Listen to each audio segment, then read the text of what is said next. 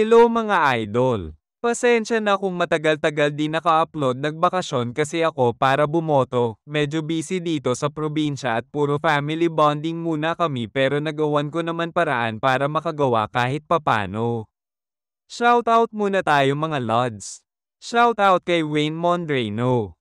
Shoutout din sa'yo Lods Rafi Pilipinas. Shoutout sa'yo Jason Del Lava. Shoutout din sa'yo Idol Joel Kenchero. Shoutout po sa'yo Lods Shinji Justol. At sa'yo Lods Harold, pati na din sa kapatid mo na si Hazel Lopez ng Orani Bataan. Maraming salamat sa pagsuporta mga idol. Sa pagpapatuloy ng kwento ni Yuseong. Sa isang kumbensyonal na sekta, may nakatakdang landas na tatahakin, at iyon ay upang italaga ang sarili sa isang solong mastery ng martial art, bagamat may ilang mga sekta na nagsasagawa ng dalawahang paghawak gamit ang dalawang magkaparehong sandata o isang kalasag. Ang paggamit ng dalawang magkaibang armas ay walang alinlangan na itinuturing na hindi karaniwan, at ngayon, si Yuseong ay mas lalo pang lumalayo sa kinasanayan ng mga mandirigma sa paggamit ng mas marami pang sandata na magkakaiba. Naghahanda na ang ating bida para umatake, hanggang sa naglansad na ito ng atake, subalit nagawa naman ni Master Honjin na harangin ito. Naramdaman naman ni Yuseong ang init ng apoy ng espada ni Master Honjin na tumatama sa kanya kahit pa na siya ang umaatake. Ang pakiramdam niya ngayon ay parang nakikipaglaban siya sa loob ng hukay na may apoy, at ang ginagamit pa lang ni Master Honjin ngayon ay ang level 3 ng ki nito, subalit sobra na siyang nahihirapan. Tinanong ni Master Honjin kung ano ang problema ni Yuseong, kung napapagod na ba ito. Sinabi pa nito na ang akala niya pa naman daw ay mas lalo si Yuseong lalakas, subalit nadidismaya na lang siya sa pinapakita nito ngayon. Ginamit naman ng ating bida ang teknik na 72 Sword Strike, at habang sunod-sunod ang pinapakawalan nitong atake ay makikita natin na nag-enjoy ang ating bida. Gayunpaman ay madali lang ni Master Honjin na haharangan ang lahat ng pag-atake nito. Ayon pa sa kanya na matagal-tagal na din mula nung makita niya ulit ang teknik na 72 Sword Strike. Patuloy ang walang katapusan na pag-atake ng ating bida, samantalang ang mga disipulo na nanonood ay namamangha na lang sa pinapakita ni Yuseong. Hindi makapaniwala ang isang disipulo, at ayon pa dito na talaga ba daw na first year disciple lang si Yuseong. Sa isip-isip naman ng isang disipulo na pati ang mga senior disciple nila ay nandito para manood.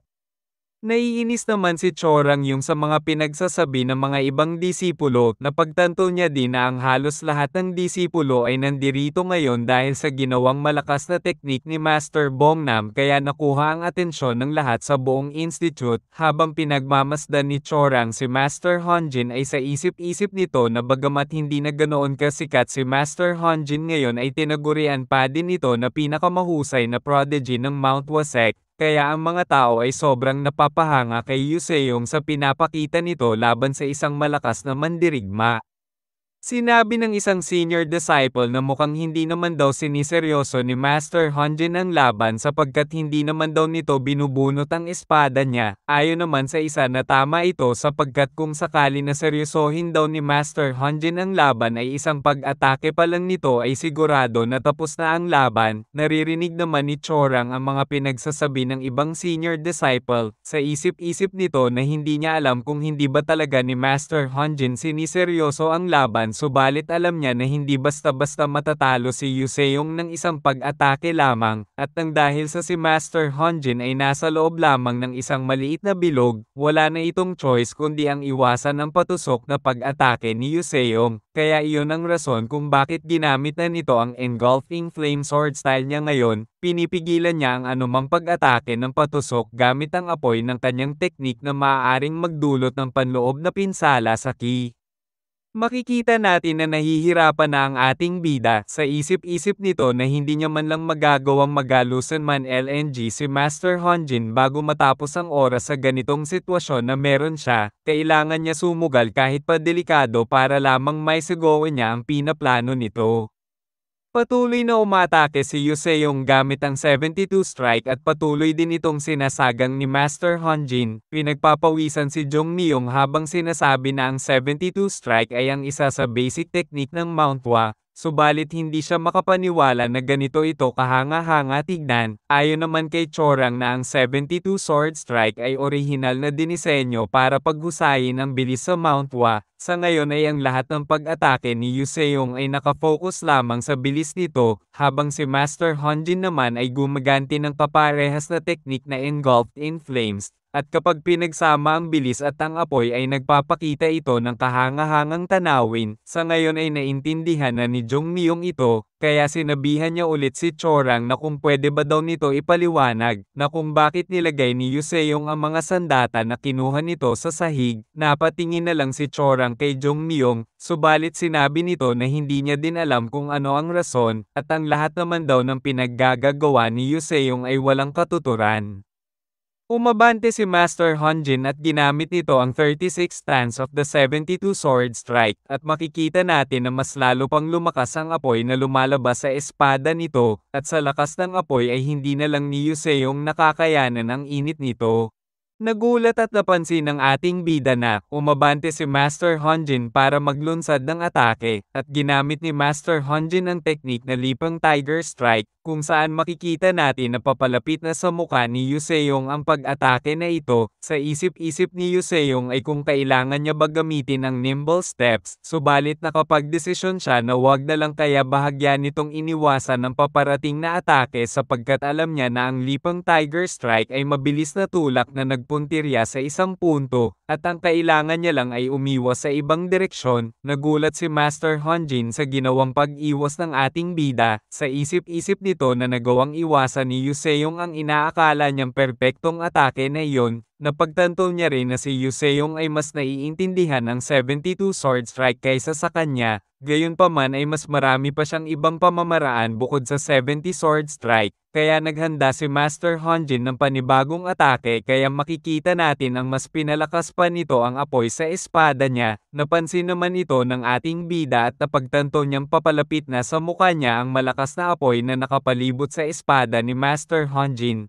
Kaya imbis na umatake si Yu Seong ay mas ginawa niya na lang na umatras dahil sa napakalawak ng apot na pinapakawalan ni Master Honjin. Habang pinagpapawisan sapagkat muntik na siyang masunog ay sinabihan ng ating bida si Master Honjin na ang ginawa nito ay hindi marangal. Mapang-asar pa nitong sinabi na perkit na tatalo na si Master Honjin ay nagawa nitong hindi na gamitin ang kaparehas na atake na 72 Sword Strike at naglunsad ng ibang atake. Nakangiti naman na sinabi ni Master Honjin na hindi naman paligsahan ng 72 Sword Strike ang pagsubok na ginagawa nila. Tinignan ni Master Honjin ang oras, at sinabihan niya si Yu Seong na papaubos na ang oras nito, kaya mas maganda na sumuko na lang ito at sumali sa First Division. Ayon naman sa ating bida na hindi pa siya susuko sapagkat kaya niya pa manalo sa natitirang oras na meron siya, kaya agara na itong sumugod at sinabihan si Master Honjin na ipagpatuloy na nila ang pagsubok. Naghanda na rin si Master Honjin at sinabihan si Yu Seong na gusto niyang makita kung saan aabot ang tigas ng ulo nito. Sa isip-isip naman ng ating bida na malamang ay nasanay na si Master Honjin sa bilas at lakas na meron siya, kaya ito na ang oras para gawin ang pinaplano niya sa umpisa pa lang. Makikita natin na pinulot ni Yu Seong ang axe na nasa lapag kaya tumaas ang strength niya ng 90%. Napansin naman ni Master Honjin ang pagbabago ng lakas ng ating bida. Sa isip-isip nito na biglang nanambalik ang lakas na meron si Yu Seong. Umatake si Yu Seong gamit ang axe, gayunpaman ay naharang pa din ito ni Master Honji. Mapang-asar naman na sinabi ni Master Honjin na 2 sandata na naman ang ginagamit ni Yu Seong, kung yan lang ba daw ang lahat na meron ito.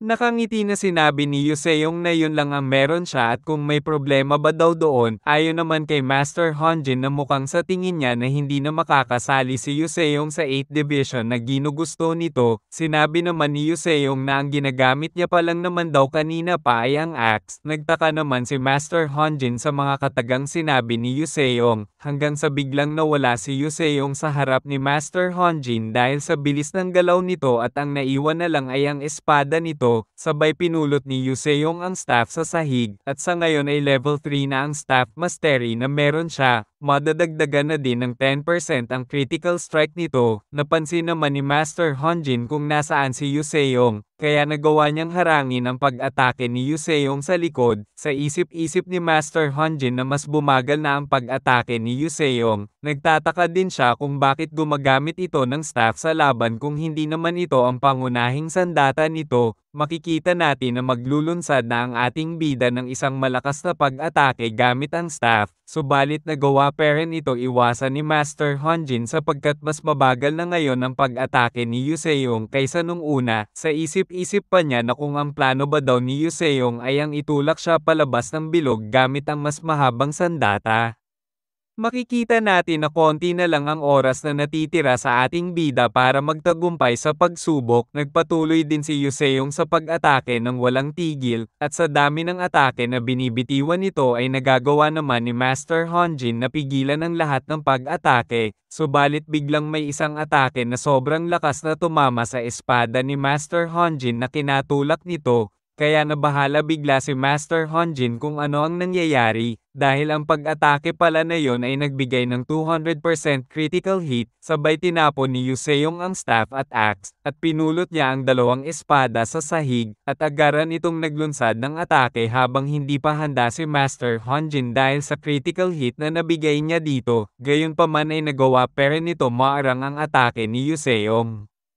Napansin ni Master Honjin na bumilis ulit ang pag-atake ni Yu Seong, at habang patuloy na sinasagang niya ang mga atake ni Yu Seong ay napagtanto niya na mas bumalis pa ang atake ni Yu Seong kaysa nung umpisa. Biglang dinampot ng ating bida ang bow sa sahig, at naglunsad dito ng atake kahit hindi siya nakatingin kay Master Honjin. Nagawa naman ni Master Honjin ang iwasan ang atake, gayunpaman ay nagugulat siya sa paggamit naman ng bow ni Yu Seong. Sa isip-isip nito na kung bakit hinahawakan ni Yu Seong ang isang bow na wala naman arrow at pakinabang sa kanya. Subalit biglang napansin ni Master Honjin ang pag-atake na ginagawa ni Yu Seong. Ang paggalaw ng espada ni Yu Seong ay hindi niya mahulaan. Nahihirapan na si Master Honjin na iwasan ang mga pag-atake ni Yu Seong. Sa isip-isip niya na kung anong teknik ba ang ginagamit nito, pinapalitan niya ang mga armas nito bago pa siya masanay, at ang bilis at lakas ni Yu Seong ay patuloy na nagbabago. Ang ibang pag-atake nito ay nagbibigay sa kanya ng lakas, samantalang ang iba naman ng pag-atake nito ay hindi tumatama, subalit ang atake ay bigla na lang nagbabago ng landas, at sa paghawak nito ng magkaibang sandata sa mga kamay nito ay nakakagawa ito ng walang katapusang pattern ng atake. Ito ay isang hindi kapani-pani walang mandirigma. Naglunsad si Yu Seong ng atake, at makikita natin na nagawa ni Master Honjin na iwasan ang atake ni Yu Seong sa pamamagitan ng pagtalon sa ere.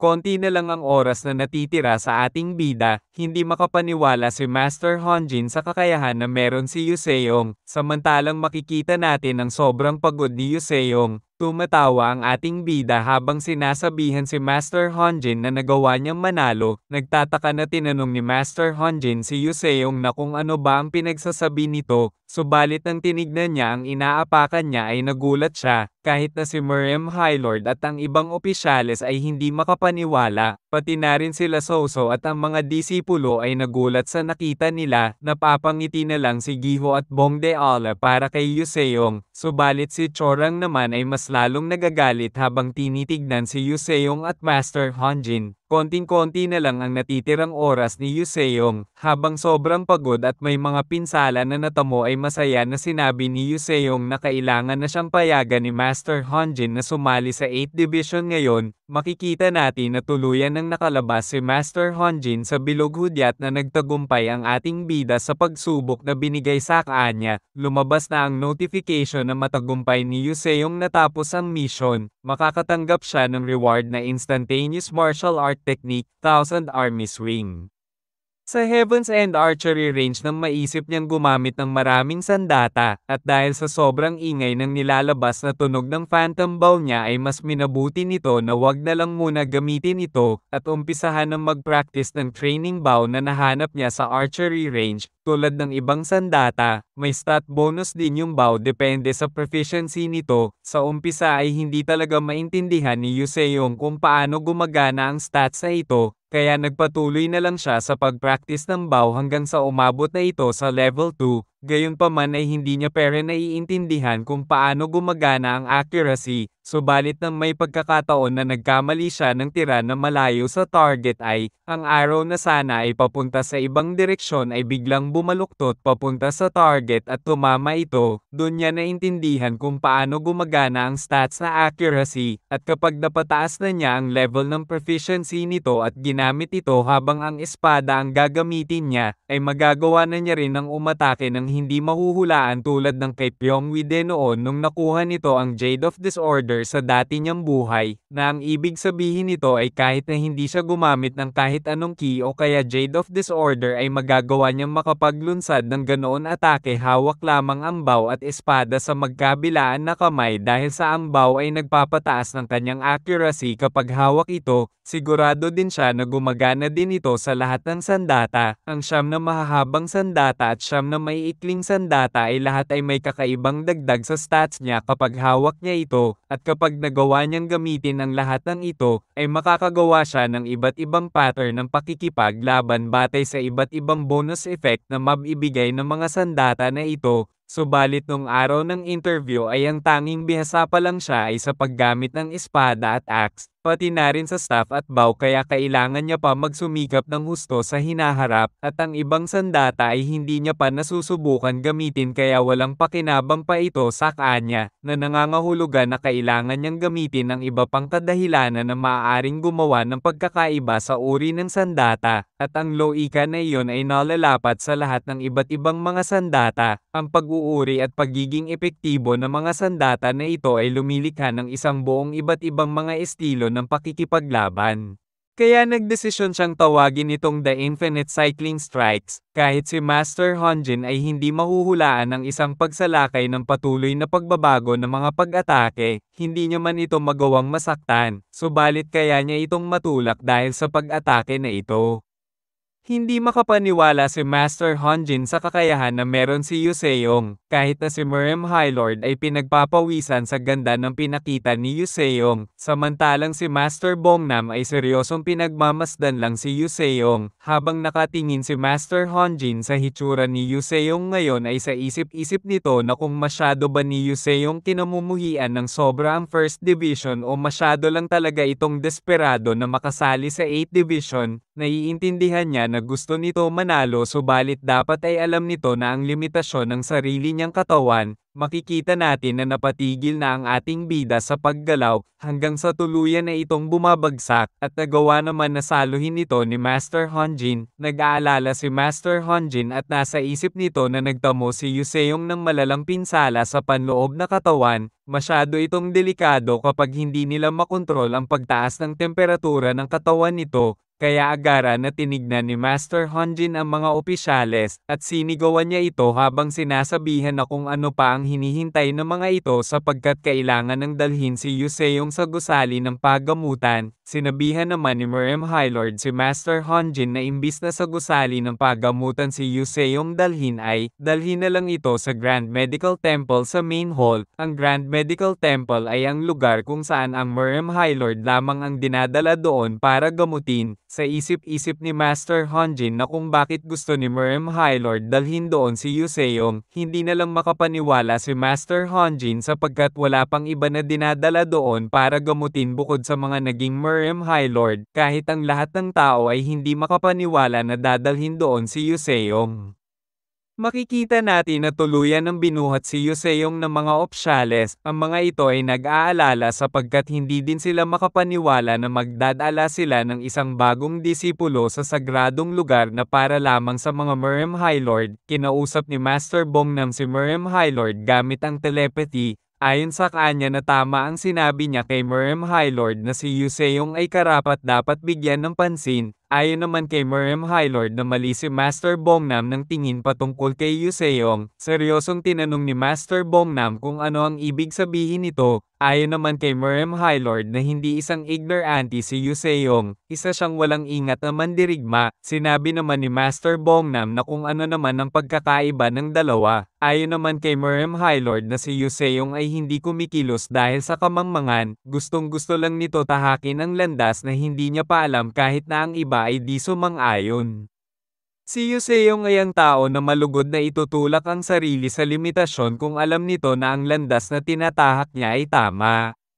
Sa kabilang banda ay napanaginipan na naman ni Yuseong ang dati niyang mga kasamahan, muntik na silang malipol sa una nilang laban matapos mamatay si Master Hanjin, unti-unting namamatay ang kanyang mga nasasakupan ng hindi man lang nakakalaban. Sa araw na iyon napagtanto niya na ang mga nakaligtas ay dapat palaging ipagmalaki dahil bitbit nila ang mga dagwang katawan ng kanilang mga kaibigan at kasamahan. Ngunit kahit na pagkatapos ng araw na iyon, siya ay patuloy na natalo sa hindi mabilang na mga labanan at maraming namamatay na mga kasamahan niya, siya ay isang walang kwentang kapitan. Ang kanyang pinakamahusay na pagsisikap ay hindi sapat, sinubukan niyang umiyak at ngumiti gaya ng sinabi ni Master Hanjin at ang matalik niyang kaibigan na si Guanwoo. Subalit patuloy pa rin ni Yuseong napapanaginipan ng mga nangyari noon sa dati niyang buhay. Hindi niya alam kung hindi lang siya makamove on o sadyang minumulto lang talaga siya ng nakaraan. Ngunit sa panibago niyang buhay ay sisiguraduhin niyang ang lahat ay magbabago na. Marami na ang nagbago at ang mga bagay ay patuloy pa na magbabago. Nagawa niyang itulak si Master Hanjin sa bilog, nagpapakita lang na malaki na ang iniunlad niya kumpara sa dati niyang buhay. Kung sana daw ay ganito na siya kalakas sa dati nitong buhay, hindi sana siya nawala ng napakaraming kasamahan sa labanan. Ngayon ay pinapangako ng ating bida na hindi na siya titingin sa nakaraan nito. Nakapagdesisyon na din si Yuseong na tignan ang reward na natanggap niya sa mission. Ang Thousand Army Swing ay ang pinakaunang teknik ng Tri-Principle Sword Style. Ang teknik na ito ay maaaring maging isang malakas na panapos na teknik kung gagamitin niya ito ng maayos kasabay ng Titanic Mountain Crusher. Kahit na ang basic na Tri-Principle Sword Style ay hindi dapat gamitin ng hindi pinag-iisipan sapagkat ang isang taon na gastos para sa 30 na atake ay medyo malaki, gayunpaman ay nagamit niya ito ng walang ingat ng mga nagdaang taon.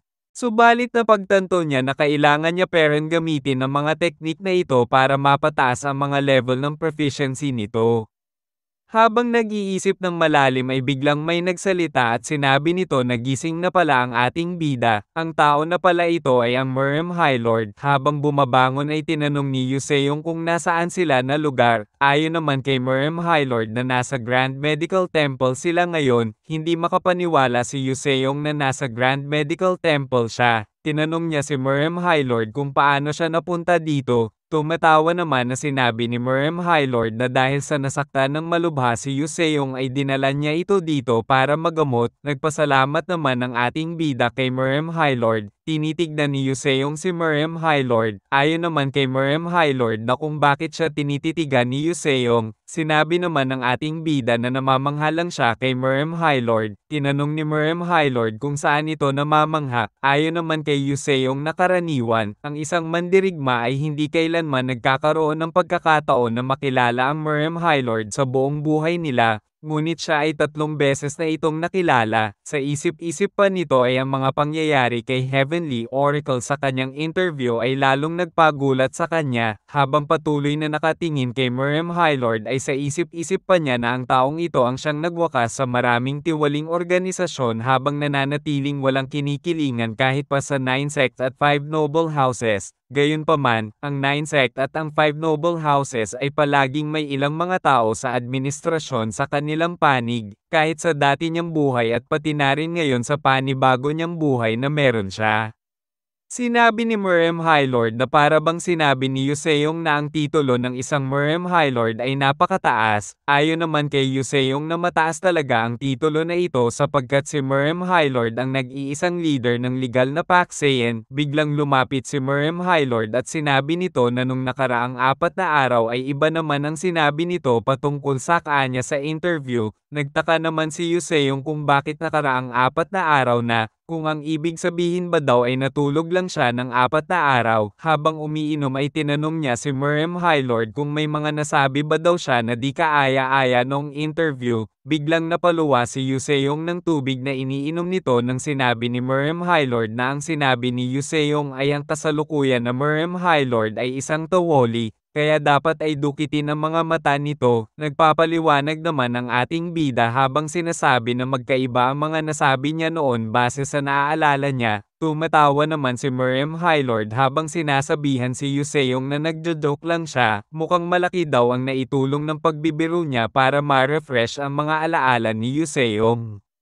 Sa isip-isip ng ating bida na para bang si Master Bongnam ang taong kausap niya ngayon, sigurado na siya na disipulo talaga ito ng matanda. Sinabi ni Yuseong na naaalala na niya ang lahat, ang sinabi niya ay ang isang nabubulok na sugat ay dapat putulin, saan man ito naroroon o kung sino man ito. Seryosong sinabi naman ni Miriam Hylord na sana ay hindi magbabago ang determinasyon na meron si Yuseong. Kahit ano pa ang sitwasyon na pagdaanan nito, pinagpapawisan na sorpresa ang ating bida sa sinabi ni Miriam Hylord. Sinabi pa nito na kung narinig na ba daw ni Yuseong kung anong kondisyon ang meron ng katawan nito. Nagtaka si Yuseong sa kondisyon ng katawan na meron siya ngayon kaya tinanong niya ito. Hindi na lang nakasagot si Miriam Hylord sa tanong ni Yuseong patungkol sa kalagayan ng katawan niya. Sa isip-isip ni Yuseong na baka may nakita ang mga manggagamot na kakaiba sa katawan niya. Tinanong ni Yuseong si Miriam Hylord na kung may malubhang sakit ba siya. Ayon naman kay Miriam Hylord na meron nga si Yuseong na malubhang sakit sa katawan, halos makalabas ang kaluluwa ni Yuseong nang marinig ang sinabi ni Miriam Hylord. Sa isip-isip niya na nag-joke lang siya sa tanong niya, di niya alam kung nagkaroon ba siya ng malubhang sakit nang hindi niya namamalayan. Napagtanto niya na marami nang nagbago mula sa nakaraan, kaya hindi na imposible iyon, subalit ayaw niya na matapos ang kanyang panibagong buhay dahil lamang sa walang kakwenta-kwentang sakit. Sinabi ni Miriam Hylord na ang katawan na meron si Yuseong ay matuturing patay na bilang isang martial artist. Makikita natin na halos mas natuwa pa si Yuseong sa narinig niya sapagkat ang akala niya ay may ibang sakit siya na malubha na nakamamatay. Pahabol pa ni Miriam Hylord na kahit buong buhay pa ni Yuseong ay ilaan lamang sa pagsasanay. Ang makakamit na lang nito ay ang pinakamababang ranggo ng master sa kanyang kasalukuyang pangangatawan. Tumatawa habang sinasabi ni Yuseong na kahit papano naman daw ay magiging master parent siya kahit pinakamababang ranggo pa kaya hindi na masama ito. Sa isip-isip niya na sa dati niyang buhay ay isa lamang siyang ikatlong antas ng mandirigma. Sinabi naman ni Miriam Hylord na hayaan siya na linawin ang tinutukoy niya na noong sinabi niya na sa buong buhay nito, ang ibig niyang sabihin ay kung mabubuhay ka ng 200 years or maybe 300 years, maaaring mahirap pa rin kung mabubuhay ka ng 300 years. Nadidismaya na lang si Yuseong sa mga pinagsasabi ni Miriam Hylord. Ayon pa kay Miriam Hylord na gayon pa man ito ay lubhang kakaiba, sapagkat nagawa ni Yuseong na may tulak si Master Honjin palabas ng bilog. Kahit na sabihin nila na third level lang ng kapangyarihan ang ginamit nito ay hindi kapanipaniwala pa din ang nagawa ni Yuseong, at saka nagawa niya din talunin ang prodigy ng Mount 1 na si Cho Rangyong, at si Yuseong din ang naging best candidate ng Dragon Phoenix exam, at ang lahat ng tagumpay na iyon ay sobrang napaka-imposible na magawa ni Yuseong sa kalagayan na meron ito sa katawan niya. Sinabi naman ng ating bida na hindi naman kamangha-mangha iyon, ang ginawa niya lang naman ay ang magpatuloy sa pagsasanay ng mga sandata, maglakad ng parang itik, lumangoy ng malayo, at mag-handstanding hanggang sa lumakas siya. Tinanong naman siya ni Miriam Hylord na kung bakit iyon ang pinili ni Yuseong ng pamamaraan ng pagsasanay. Ayon naman sa ating bida na iyon lang ang paraan na meron siya para lumakas sapagkat hindi siya nabiyayaan ng talento tulad ng iba. Kaya ang ginawa niya na lang ay ang gawin ang lahat ng makakaya niya, at kung ang isang bagay ay hindi gumagana sa kanya ay susubukan na lang niya ang iba pang pamamaraan at ang lahat ng iyon ay matuturing na puro pagsasanay sa huli sapagkat ang buhay na meron sila ay masyadong maikli para tumingin pa sa nakaraan. Namamangha na lang si Miriam Hylord sa mga sinabi ni Yuseong. Kaya wala na itong nagawa pa, at lumapit na ito sa ating bida para sabihin ang tunay na dahilan kung bakit siya pumunta, hanggang sa tinanong na ni Miriam Hylord ang ating bida na, kung gusto ba nito maging, kauna-unahang opisyal na disipulo niya.